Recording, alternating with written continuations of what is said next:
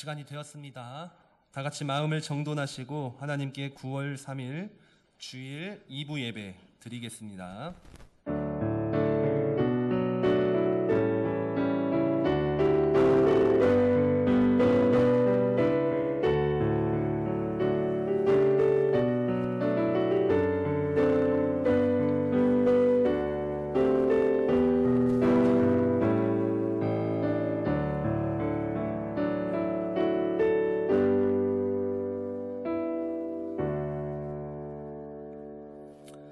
주께서 나의 슬픔이 변하여 내게 춤이 되게 하시며 나의 베옷을 벗기고 기쁨으로 띄우셨나이다.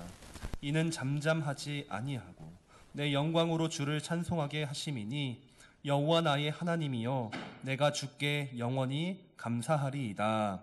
아멘. 존귀하신 하나님 아버지, 오늘도 거룩한 주일 가운데에 이곳에 모여 하나님을 예배하게 하심에 참으로 감사드립니다. 오직 이 시간도 영과 진리로 주님 바라보며 나아가게 하시고 주님 우리와 함께 하심으로 우리의 이 예배를 받아 주옵소서. 감사를 드리오며 예수 그리스도의 이름으로 기도하옵나이다. 아멘. 할렐루야. 예, 좀 더 큰 목소리로 화답해 주셨으면 좋겠습니다. 할렐루야. 네, 우리의 슬픔 변하여 하나님 기쁨의 찬송되게 하신 하나님을 찬양합니다. 우리가 어떠해서가 아니라 우리 가운데 하나님께서 함께 하시기에 우리가 하나님 가운데 기쁨과 감사로 예배드릴 수 있을 믿습니다. 우리가 다시 찬양하면서 하나님 향해 손을 들고 하나님 찬양하는 시간 됐으면 좋겠습니다. 내 손을 주께 높이 듭니다. 내 찬양 받으신 주님, 내 맘을 주께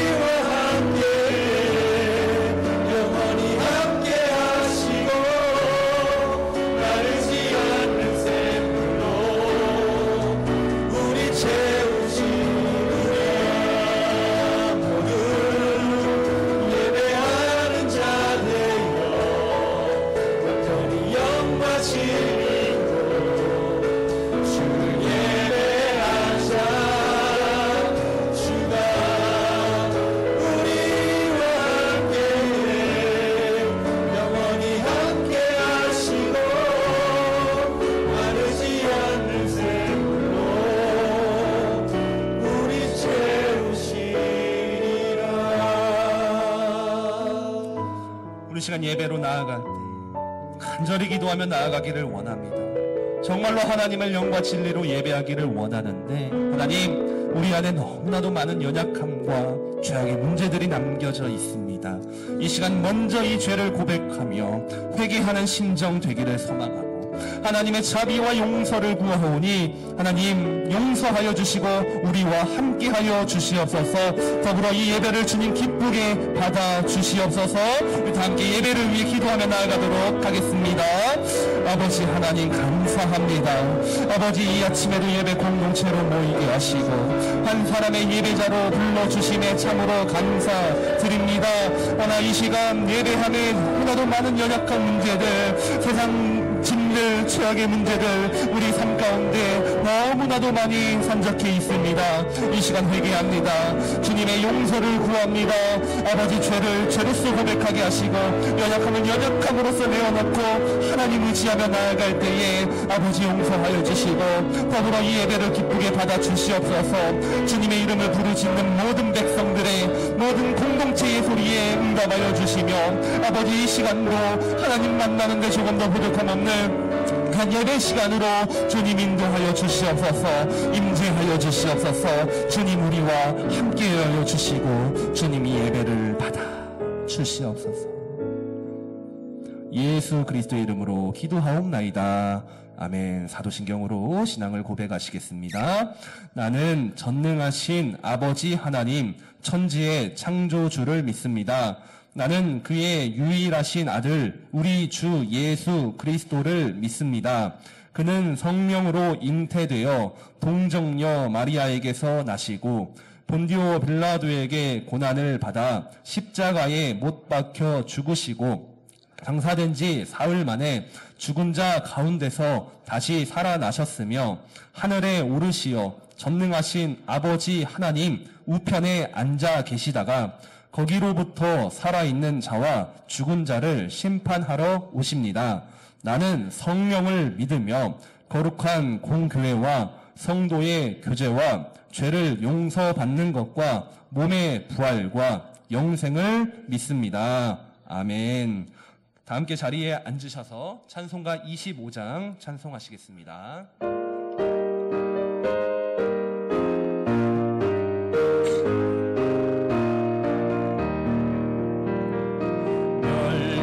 벗어서 주 앞에 들이세 저 천사 기쁜 노래가 온 땅에 퍼지네 내 혼아 깨어서 주 찬송하여라 온 백성 죄를 속하신 만왕의 왕일세 면류관 벗어서 주 앞에 들이세 그 손과 몸의 상처가 영광중 빛나네 하늘의 천사도 그 영광 보고서 고난의 신비 알고자 늘 흠모합니다. 면류관 벗어서 주 앞에 들이세 온 세상 전쟁 외치고 참 평화 오겠네 주 보좌 앞에서 온 백성 엎드려 그 한량없는 영광을 늘 찬송합니다.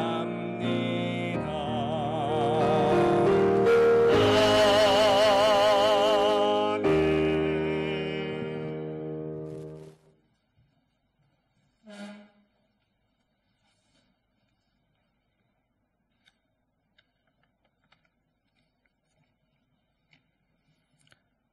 사랑의 하나님, 존귀하신 주님께 찬양과 경배를 올려드립니다.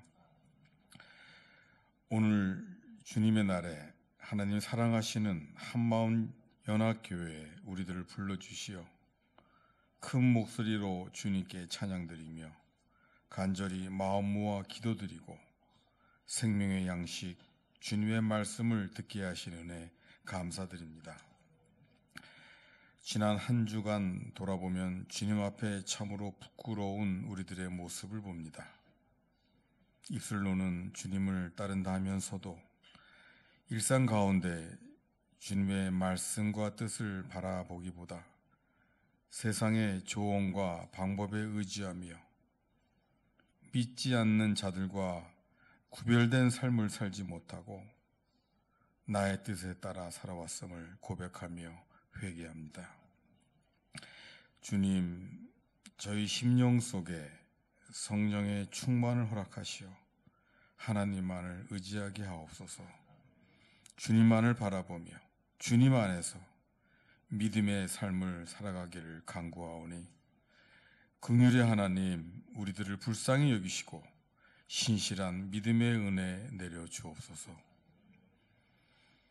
지난주 주님의 은혜 가운데 9주년 감사 예배를 드리게 하심에 감사드립니다.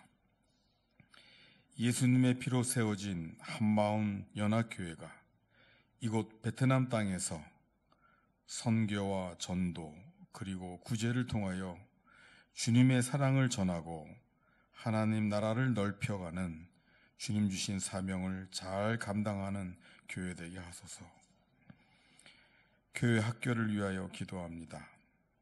우리들에게 허락하신 아이들이 온전히 주님의 자녀로 양육되고 성장하게 하소서. 교회 학교를 통하여 어린 귀한 영혼들이 예수님을 더욱 사랑하고 복음의 씨앗이 자라며 복음을 전하는 아이로 자랄 수 있도록 축복하소서. 교회 학교 목사님과 교사들을 축복하시어 영육간의 강건함을 주시며 허락하신 귀한 사역을 잘 감당할 수 있는 지혜와 능력의 은혜를 주시옵소서. 주님의 은혜 가운데 준비되어 진행되고 있는 유스코스타를 위하여 기도합니다. 우리들의 귀한 청소년들이 주님의 자녀로 생활하며 성장해 나갈 수 있도록 주님 축복하여 주시옵소서. 오늘 마지막 순서까지 주님 은혜 가운데 감사와 기쁨의 귀한 시간 되게 하소서. 아버지 하나님, 이 시간 하나님 말씀을 증거하는 김범준 목사님께 성령의 큰 능력으로 도우시어 선포되는 말씀을 통하여 하늘의 큰 은혜와 평강을 경험하는 귀한 시간 되게 하소서. 그리하여 듣는 우리들에게 용기와 능력을 허락하시어 세상 속에 나아가 믿음 가운데 승리하는 삶 되게 하옵소서. 이번 주 안식오를 마치고 돌아오는 나성혁 목사님의 발길을 지켜주시고 영육간의 강건함을 지켜주시어 목회자로서 사명을 잘 감당하게 하옵소서. 은혜로운 찬양으로 예배를 시작하는 찬양팀과 예배를 위하여 수고하는 여러 손길들이 있사옵니다. 기쁨으로 맡은 역할을 잘 감당하게 하시며 그들의 수고를 기억하시어 일상 중에 주님 주신 기쁨과 감사가 함께하는 축복을 주옵소서. 연휴를 맞이하여 여행 중인 성도들의 여정을 주님 지켜주시옵고 즐겁고 은혜로운 시간 되게 하소서. 주님께 올려드리는 이 예배가 온 마음과 힘과 뜻을 다하여 드리는 산제사 되게 하옵소서. 우리 모두에게 성령으로 기름 부어주셔서 참된 예배자로 하나님 앞에 서게 하소서. 우리 주 예수 그리스도 이름으로 간절히 기도드립니다. 아멘.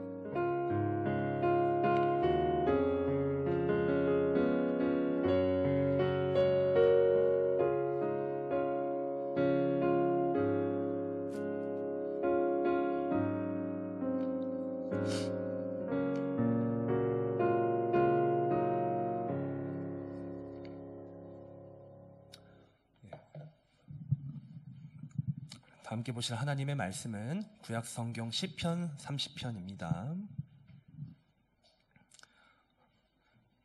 시편 30편 1절로 12절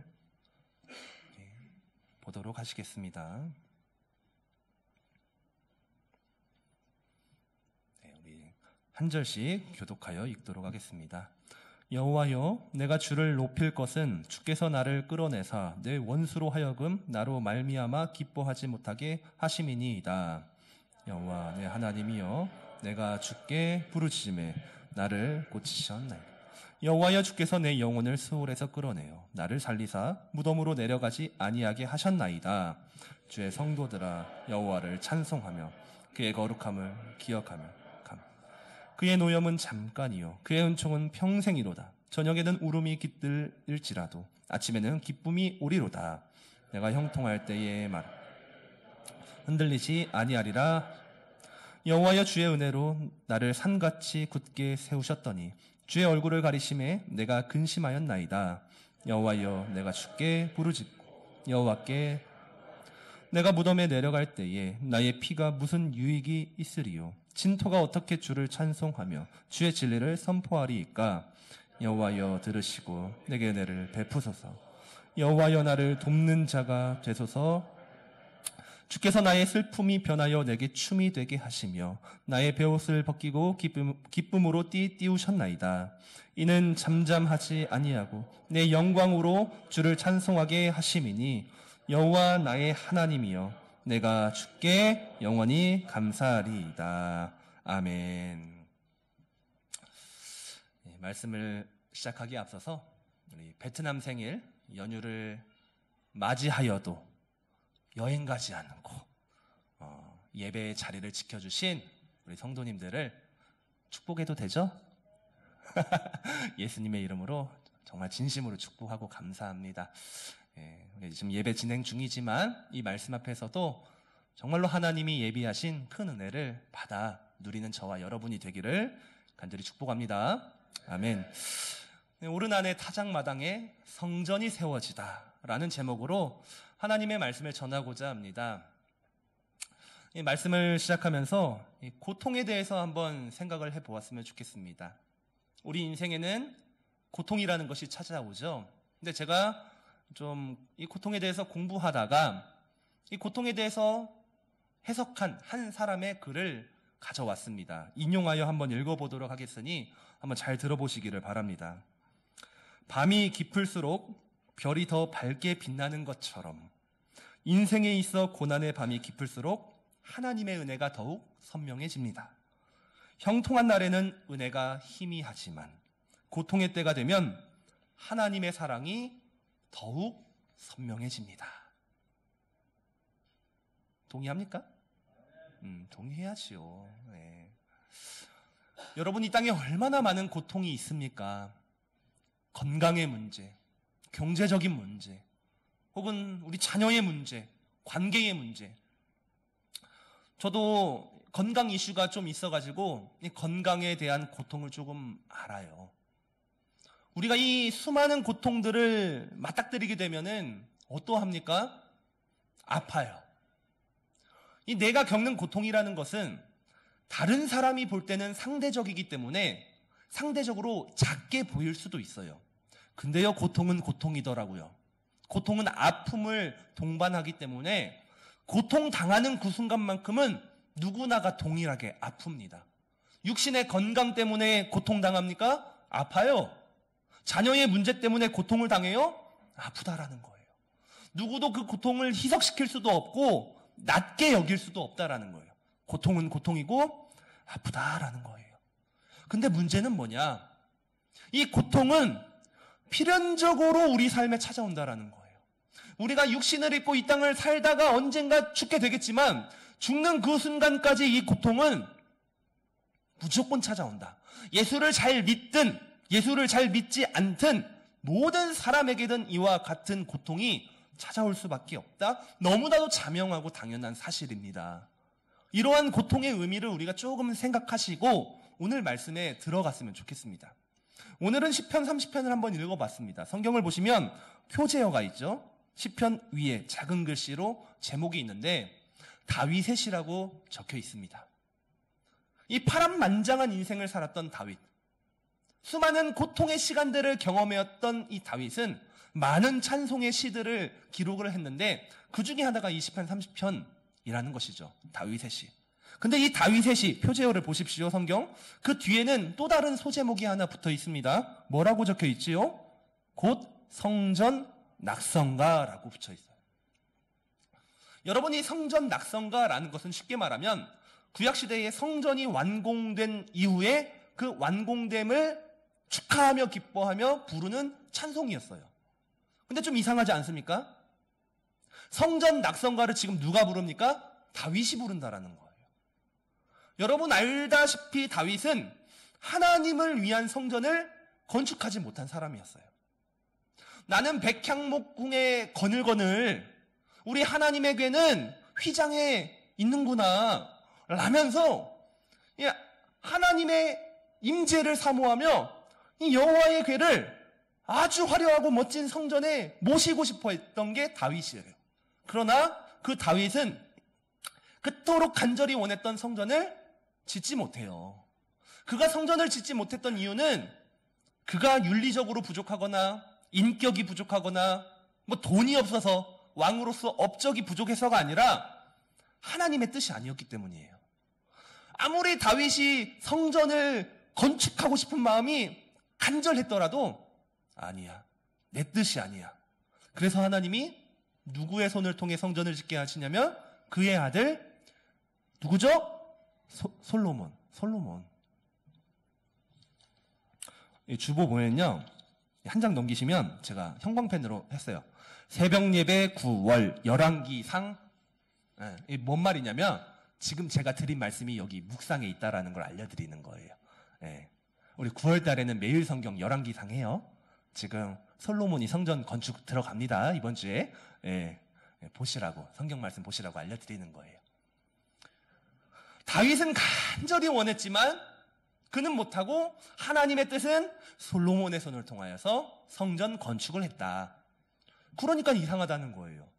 다윗은 짓지도 못한 이 성전을 왜 성전을 향해 성전 낙성가 이 찬송시를 적었냐라는 거예요.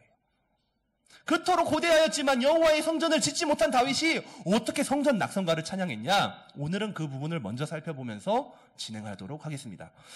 배경을 좀 알아야 돼요. 성경책을 조금 펼게요. 본문 잠시 책갈피 하시고 앞쪽으로 가면 역대상으로 갈게요. 역대상 21장 한번 펴셔서 우리가 한번 눈으로 같이 보면서 말씀을 듣는 게 필요합니다. 조금 앞으로 가면 역대상 21장. 배경을 한번 살펴볼 거예요. 왜 성전 낙성가냐? 641쪽 구약성경. 역대상 21장 1절 말씀 한번 눈으로 보십시오. 뭐라고 기록되어 있냐? 사탄이 일어나 이스라엘을 대적하고 다윗을 충동하여 이스라엘을 계수하게 하니라. 지금 이 시점은 다윗의 통치 말년입니다. 지금 다윗 통치 말년에 다윗이 뭐 하려고 하냐? 인구 조사하려고 하는 거예요. 전쟁에 참여할 수 있는 성인 남성들 숫자를 계수하고자 하는 장면이에요. 그런데 이 역대상 21장 1절을 보니까 왜 다윗이 인구 조사를 했는지 이유를 이렇게 밝히죠. 사탄이 일어나 이스라엘 대적하고 다윗을 충동했기 때문에 인구 조사를 했다라는 거예요. 사탄이 일어나라는 말은 사탄이 그 마음을 줬다라는 거예요. 다윗아, 너 인구 조사해. 이러한 마음을 사탄이 다윗에게 줬다. 여러분, 사실 왕이 나라의 인구를 조사하는 것은 잘못된 행위가 아닙니다. 당연히 해야 되는 거예요. 왕으로서 해야 하는 업무인데, 근데 지금 성경은 그 다윗이 당연히 해야 할 인구 조사를 하고 있는 동기가 문제라는 것을 지적하고 있다는 거예요. 사탄이 일어나 다윗을 충동했기 때문에 분명히 뭔가 이 일에는 숨겨진 의미가 있다는 거예요. 한 나라를 다스려야 하는 왕이 인구 조사를 해야 하는 일이 아무런 문제가 없다 하여도 하나님 보시기에는 뭐가 문제냐? 사탄이 충동하여서, 다른 말로 사탄이 유혹하여서 그 일을 행했다. 어떤 마음이 이 다윗 안에 있었을까? 늘 신실하게 하나님을 섬기고, 그래서 하나님 말씀 안에서 이 나라를 통치하였던 다윗이 한순간에 불신이 생겼다라는 것이죠. 뭔가 두려운 마음, 불안한 마음. 그래서 하나님을 온전히 신뢰하지 못하는 마음으로, 하나님을 온전히 의지하지 못하는 마음으로 이 나라를 위해서, 그리고 자신을 위해서 인구를 조사하고 있다. 그의 깊숙한 마음 한 곳에는 하나님을 믿는 믿음 외에도 불안하고 두려워하는 연약한 마음에 사탄이 정확하게 찔러 공격을 했다라는 거예요. 여러분, 이 부분을 보면서 생각을 해야 돼요. 신앙생활 오래 하신 분들 많죠? 우리가 일평생 신앙생활 오래 하더라도 사탄은 한순간이라는 거예요. 한순간에 그 한 사람을 넘어뜨릴 수가 있고, 유혹할 수 있고, 일어나 공격을 하게 되면 그 마음에 유혹받아 다윗처럼 할 수 있다라는 거예요. 7절을 보십시오. 21장 7절 쭉 밑으로 가면은 하나님이 이 일을 어떻게 여겼냐? 악하게 여겼다라는 거예요. 사탄이 일어나 이스라엘을 대적하고 다윗을 충동하여 인구를 조사한 일이 7절에서는 하나님은 이 일을 악하다라고 평가했고 이스라엘을 치셨다라는 거예요. 하나님을 의지하지 못하였던 그 마음이 악한 것이고, 하나님을 온전히 신뢰하지 못하였던 그 마음이 악한 거예요. 그래서 인구조사가 정당화된 행동이라 할지라도 그 일 자체가 결국 하나님 보시기에는 악한 것이다. 그래서 하나님은 치셔요. 이스라엘을 강하게 치십니다. 물론 다윗은 하나님 앞에 곧바로 엎드립니다. 엎드려서 하나님, 내가 잘못했습니다. 하나님, 사탄이 나 유혹해서, 그래서 내가 하나님 의지하지 못해서 인구조사했어요. 인정합니다. 우리말로 회개해요. 용서를 구해요. 그러나 하나님께서는 그럼에도 불구하고 다윗과 이스라엘을 강하게 치셨다라는 거예요. 어떻게 강하게 치시냐? 이스라엘 온 전역에 전염병을 퍼뜨리시고 3일 만에 몇 명이 죽었냐? 7만 명이 죽게 되는 강한 재앙, 대재앙을 일으켜요. 여러분, 7만 명이 죽었어요. 7만 명. 감각이 없죠? 대충 조사해보니 어림잡아 대충 우리 호치민에 있는 한인 전체가 3일 만에 죽었다라고 보면 이해하시겠죠? 옆에 앉아있는 분들 보세요. 죽는 거예요, 다. 저도 죽는 거예요. 3일 만에 하나님이 대재앙으로 치셔서 전염병으로 7만 명이 다 죽게 됩니다. 엄청난 하나님의 치심이죠. 나라를 뒤흔들어버린 사건입니다. 여러분, 불과 우리가 몇 년 전만 하더라도 이 코로나 바이러스로 인하여서 얼마나 힘든 시간을 보냈습니까? 이 듣도 못도 못한 이 코로나 바이러스가 창궐하여서 많은 사람들을 죽였잖아요. 그 중에는 가족도 잃고 여기에도 지인을 잃은 사람들이 있지 않습니까? 여러분, 사람이 죽고 사는데 특별히 죽는 문제 고통이잖아요. 사람이 죽었다니까요. 전염병 때문에. 코로나 때문에 사람이 죽었어요. 얼마나 큰 고통입니까? 그 죽음을 직접 목격한 사람은 억울하잖아요. 내가 뭐 잘못한 것도 없는데. 원통하잖아요. 그래서 그 마음에 진짜 하나님 살아있는 거 맞아? 라는 의심도 들기도 하잖아요.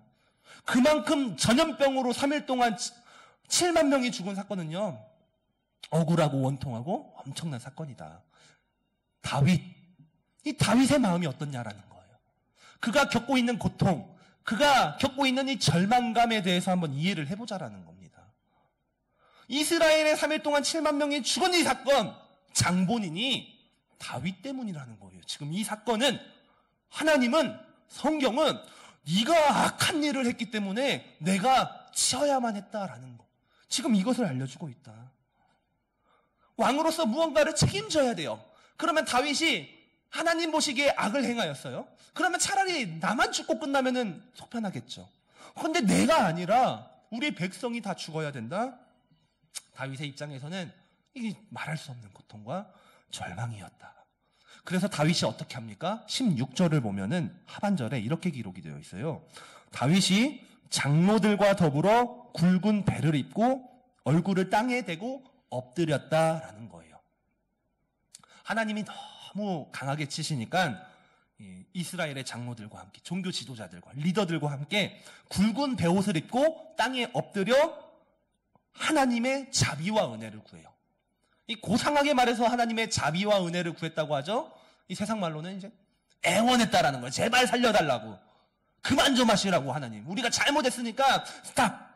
제발 우리 좀 살려달라고 애걸복걸하고 있는 장면입니다. 자신의 악한 일로 인하여서 고통당하는 그 나라를 위하여서 다윗 왕이 철저하게 회개합니다. 그가 할 수 있는 것은 회개밖에 없다라는 것이죠. 한순간 사탄의 유혹에 충동에 넘어져 악한 일을 행하였지만 지금 이스라엘 장로들과 은혜를 구하고 있는 이 다윗의 모습은 그간 우리가 알고 있던 신실한 다윗의 모습이죠. 그래서 하나님께서는 그 다윗과 리더들의 모습을 보시고 어떻게 하시냐? 새로운 말씀을 주셔요.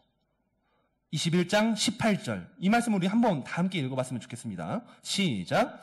여호와의 천사가 가세게 명령하여 다윗에게 이르시기를 다윗은 올라가서 여부스 사람 오르난의 타작마당에서 여호와를 위하여 제단을 쌓으라 하신디라.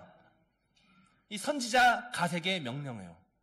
예루살렘에 있는 여부스 사람 오르난의 타작마당에 여호와 하나님을 위한 제단을 쌓고 예배를 해라.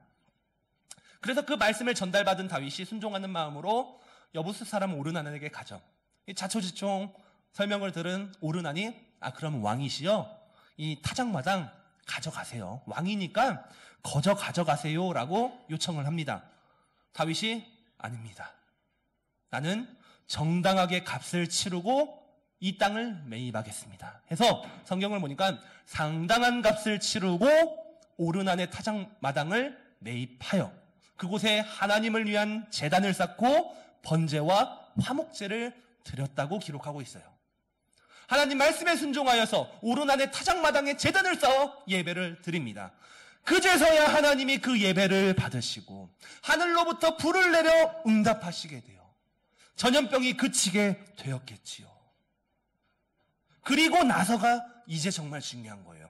역대상 22장 1절.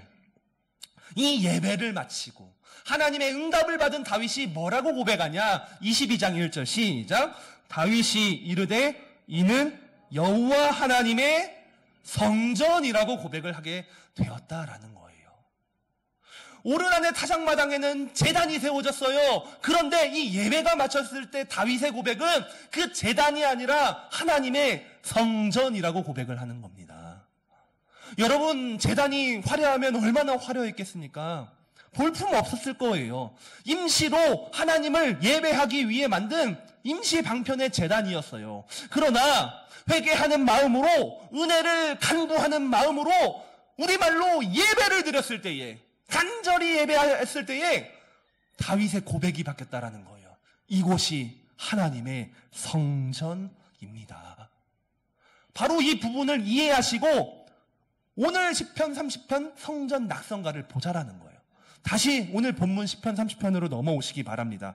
1절로부터 3절로 보면 다윗이 이 시편을 통해서 이렇게 고백을 합니다. 여호와여, 내가 주를 높일 것은 주께서 나를 끌어내사 내 원수로 하여금 나로 말미암아 기뻐하지 못하게 하셨다. 2절에서 내가 주께 부르짖음에 주님이 나를 고치셨다. 3절에서 주께서 내 영혼을 스로울에서 끌어내었고 나를 살렸고 무덤에 내려가지 않게 도와주셨습니다. 라고 하나님을 찬양을 해요. 10편 30편 1절로 3절 말씀을 보게 되면 결국 이거예요. 하나님, 내가 원수의 공격을 받아서 악한 일을 행했어요.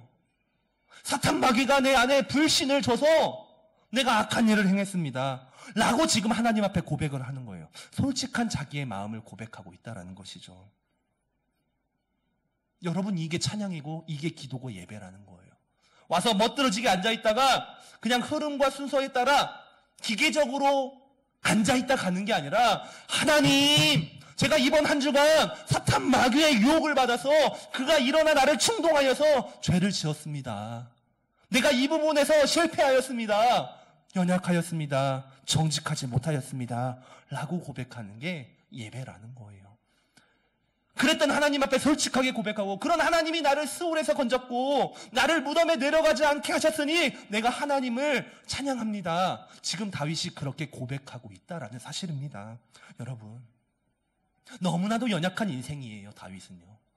우리가 알고 있는 다윗은 성군이 아니라 날마다 실패하고 또 넘어지고 날마다 그 고통에서 신음하고 있는 연약한 한 사람이라는 거예요. 그러한 연약한 인생이 하나님 앞에 찬양하고 있습니다. 죄가 너무나도 많은 인생이 눈물을 흘리면서 간절히 회개하며 하나님 앞에 나아가고 있어요. 하나님 말씀에 순종하는 믿음으로 오르난의 타작마당에 제단을 쌓았지만 지금 그의 마음은 갈기갈기 찢어지고 고통으로 눈물샘이 멈추지 않아서 하나님 나 좀 살려달라고, 하나님 내가 이러한 죄인이라고 기도하고 예배하고 있는 거예요. 그러니까 무슨 말이냐? 솔직히 말해서 기도할 수 없는 상황에 기도하고 있고 예배할 수 없는 상황에 예배하고 있다라는 겁니다. 우리는 마음이 핀토가 조금 나가면 기도 안 하잖아요. 내 마음이 좀 상한 일 있으면 예배 안 나오잖아요. 그게 우리잖아요. 그런데 다윗은 그럼에도 불구하고 하나님 앞에 나아가 기도하려고, 예배하려고 은혜를 구하고 있다. 그럴 때 어떤 은혜가 임했냐? 오르난의 타작마당에 세워진 제단이 하나님의 성전으로 고백되어지는 은혜가 다윗에게 임하게 되어졌다라는 겁니다. 사랑하는 성도 여러분, 따라서 서두에 제가 고통에 대해서 드린 말씀을 상기시켜 보자면 결국 하나님의 은혜라는 것은 이와 같은 고통의 시간 속에서 살아가고 있는 사람들에게 반드시 나타나게 된다라는 거예요. 고통으로 신음하며 아파하며 눈물을 흘리고 있는 성도가 그 시간 속에서 하나님의 은혜를 경험할 수밖에 없다라는 것이죠. 지금 바로 다윗이 그러한 은혜를 체험하고 있습니다. 여러분, 하나님 앞에서 고통을 숨기지 마십시오. 고통은요, 피한다고 해결되지 않아요. 고통은 말하지 않는다고, 숨긴다고 절대로 해결되는 것이 아니에요. 도리어 고통의 한복판에서 은혜를 주시는 그 하나님을 우리가 체험해야 돼요. 다윗이 어떻게 고백합니까? 5절을 보십시오. 시편. 그의 노염은 잠깐이요, 은총은 평생이다. 저녁에는 울음이 있지만 아침에는 기쁨이 찾아온다. 하나님의 성전이 세워지는 은혜를 경험한 다윗이 고통은 잠깐이라는 거예요. 내 인생에 찾아오는 아픔은 잠시 잠깐이다라는 겁니다. 내 마음이 찢어지고 이 현실을 부정하고 싶은 이 상황은 잠깐 나를 거쳐 지나갈 것이다. 하나님의 영원하신 은혜 앞에서 그렇다라는 거예요. 고통이 안 아프다는 것이 아니라, 고통이 아무렇지 않다는 것이 아니라 하나님의 은혜 앞에서만큼은, 하나님의 영원하신 은혜의 앞에서는 아무것도 아니다. 약함의 자리라는 제목의 책을 보면 이러한 예화가 있습니다. 미국 장로교 목회자였던 제임스 몽고메리 보이스는 이 욥기를 설교하면서 다음과 같이 설교를 했다고 합니다. 하나님의 은혜는 시험들을 피해 빙빙 돌아가는 것이 아닙니다. 시험을 통과해 가는 것입니다. 이게 하나님의 은혜를 받는 방법이다. 그러면서 이 몽고메리 보이스가 2000년 췌장암으로 사망하기 직전에 이 필라델피아 시내에 있던 한 교회에서 자신의 성도들에게 다음과 같이 이 말을 전했다고 합니다. 내가 여러분에게 원하는 것은 나의 회복을 위한 기도가 아닙니다. 나의 죽음을 통하여 신실하신 하나님께 영광을 돌릴 수 있도록 기도해 주시기를 부탁드립니다. 여러분, 지금 이 이야기의 핵심 요지는 뭐냐? 우리의 상황이 아무리 처참할지라도, 우리의 상황이 아무리 괴롭더라도, 크나큰 고통이 찾아올지라도 우리의 구원과 하나님의 영광에 비하면 그 고통은 아무것도 아니라는 거예요. 내 육신의 아픔, 췌장암, 질병 따위는 하나님의 영광에 비하면은 아무것도 아니다. 그러니 우리가 기도해야 할 제목은 이 한 사람의 회복이 아니라 더 크신 하나님의 영광, 예배가 세워지고 교회가 세워지고 한 사람이 영적으로 살아나는 그 기도가 가장 중요하다. 사랑하는 성도 여러분, 따라서 이 시간 이 말씀 앞에서 저와 여러분은 영원하신 하나님의 은혜 앞으로 나아가야 될 줄로 믿습니다. 아멘. 은혜 앞으로 나아가야 된다. 그래서 은혜가 필요하다라는 거예요. 은혜가 없으니 고통이 고통으로 느껴지고 찢어질 듯한 아픔으로 느껴지는 거예요. 이 상황과 환경이 너무나도 괴로운 거예요. 은혜가 없으니까. 그런데 은혜가 있다면, 우리가 은혜를 바라볼 수 있다면, 내 삶에 내 안에 하나님의 성전이 회복될 수 있다면 고백이 바뀐다. 다윗의 고백 30편 11절. 주께서 나의 슬픔이 변하여 춤이 되게 하시며 베옷을 벗기고 기쁨으로 띄우셨다라고 고백을 합니다. 하나님의 은혜 앞에만 설 수만 있다면 슬픔과 아픔이 변한다라는 거예요.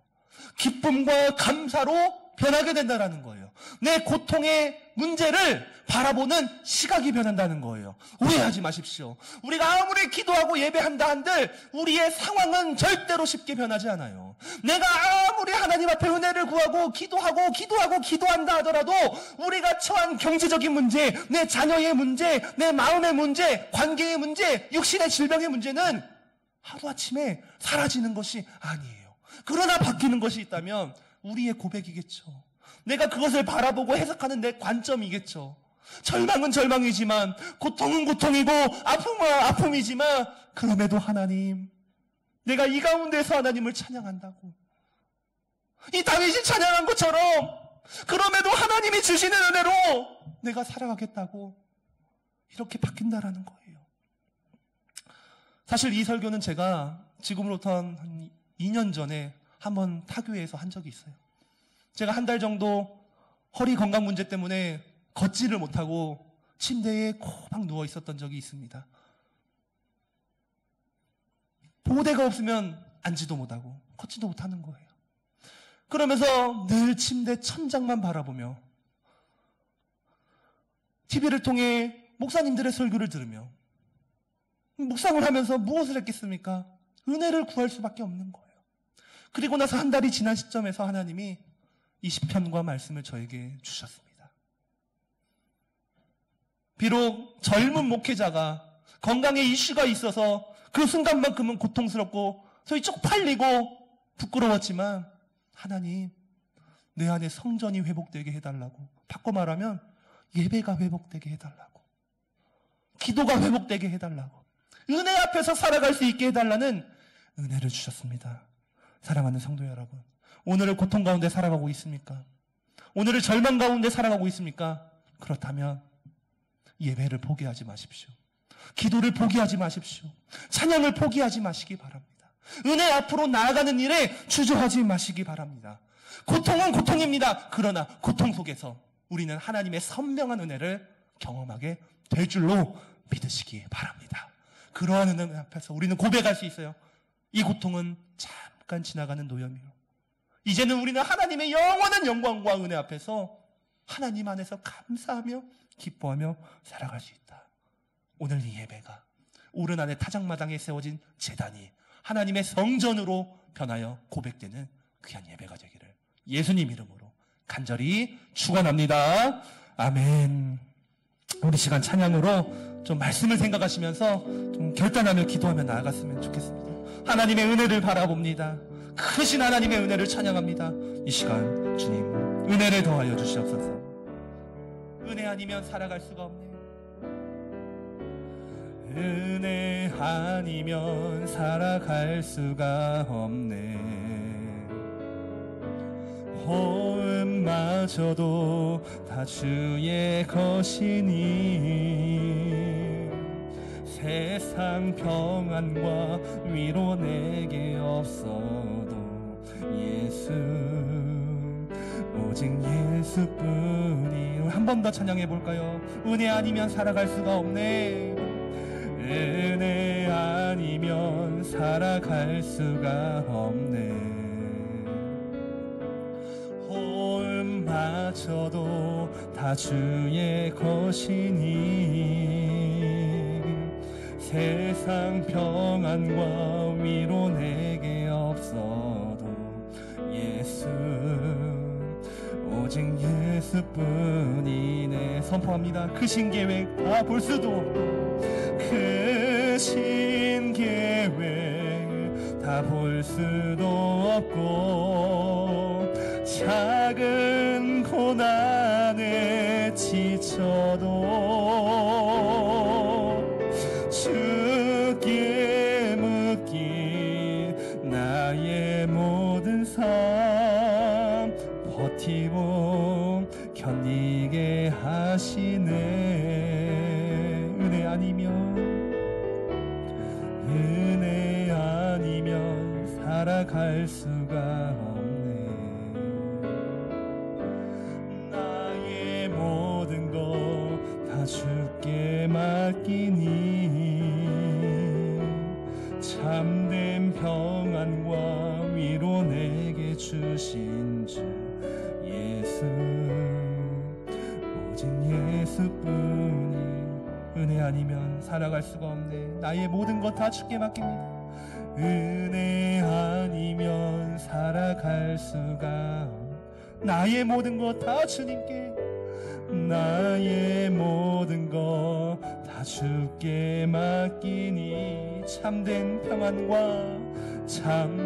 평안과 위로 내게 주신 주 예수, 오직 예수뿐이네.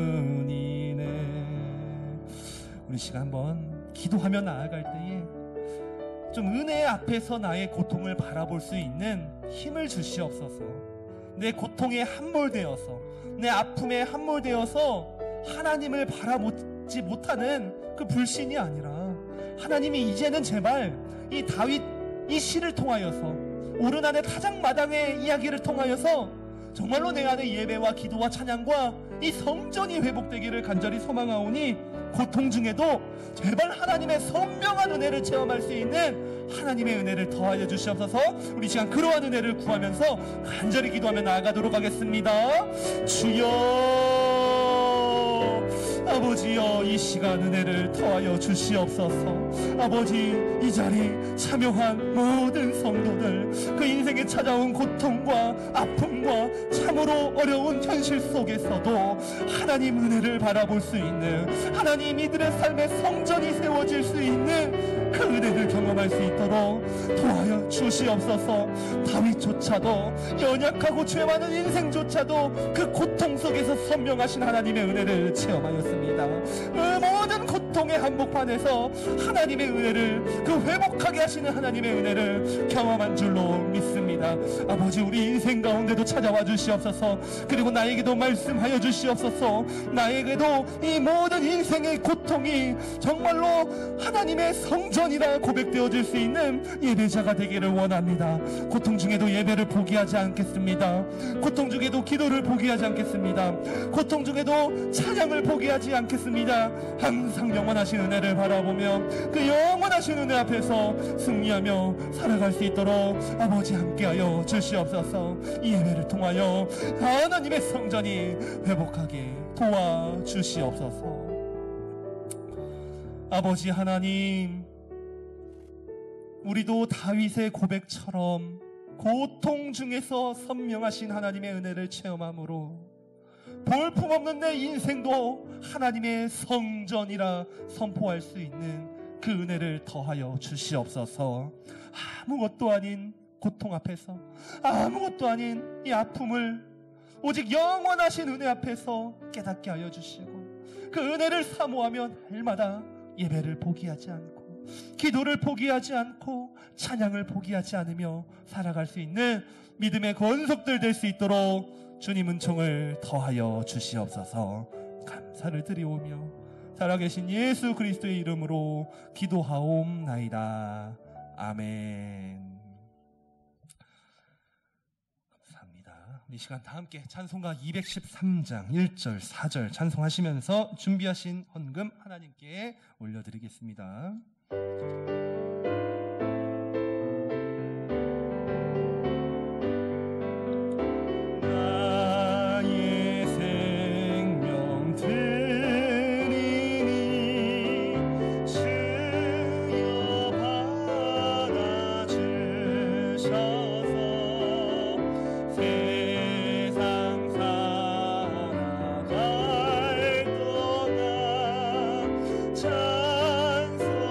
찬송하게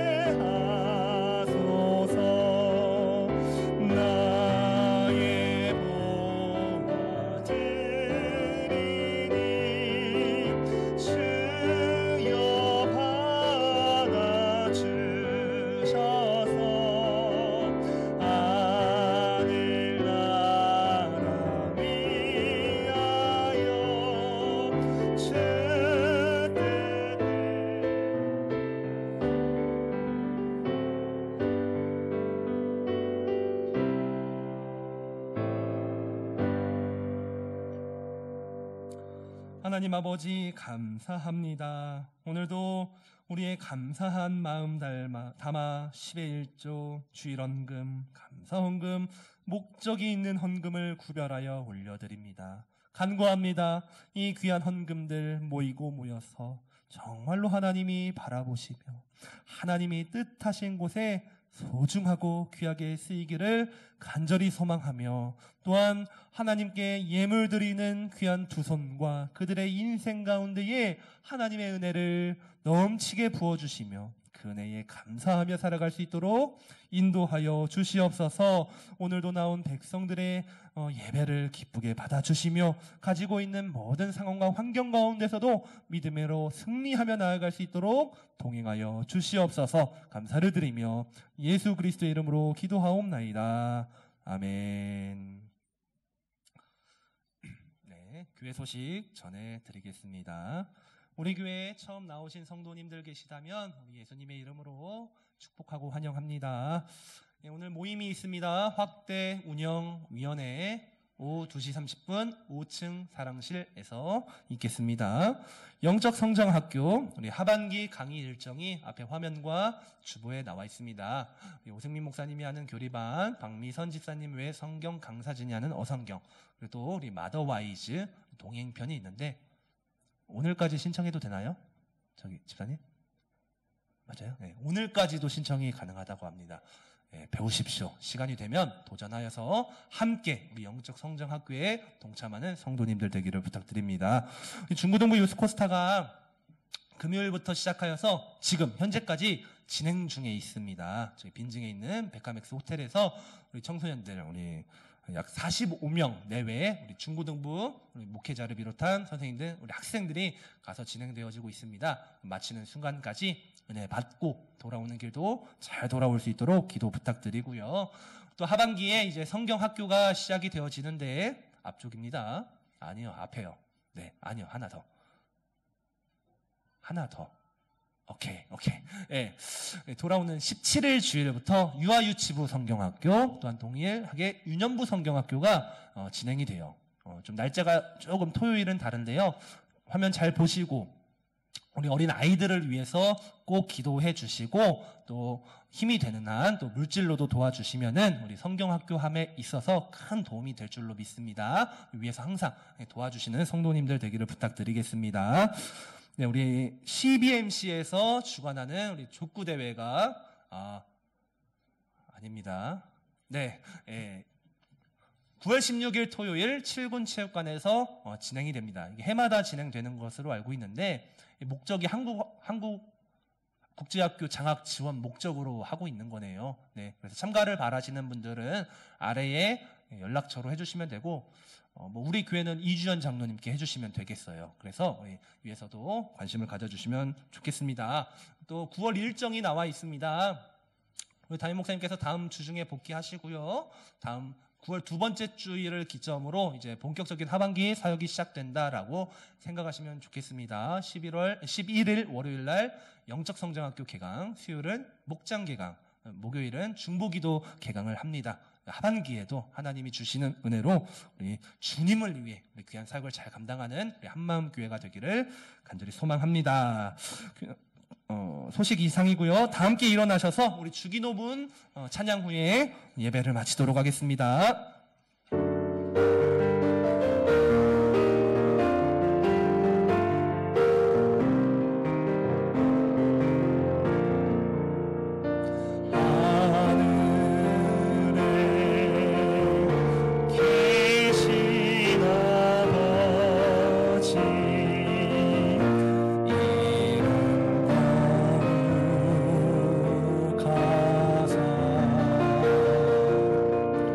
주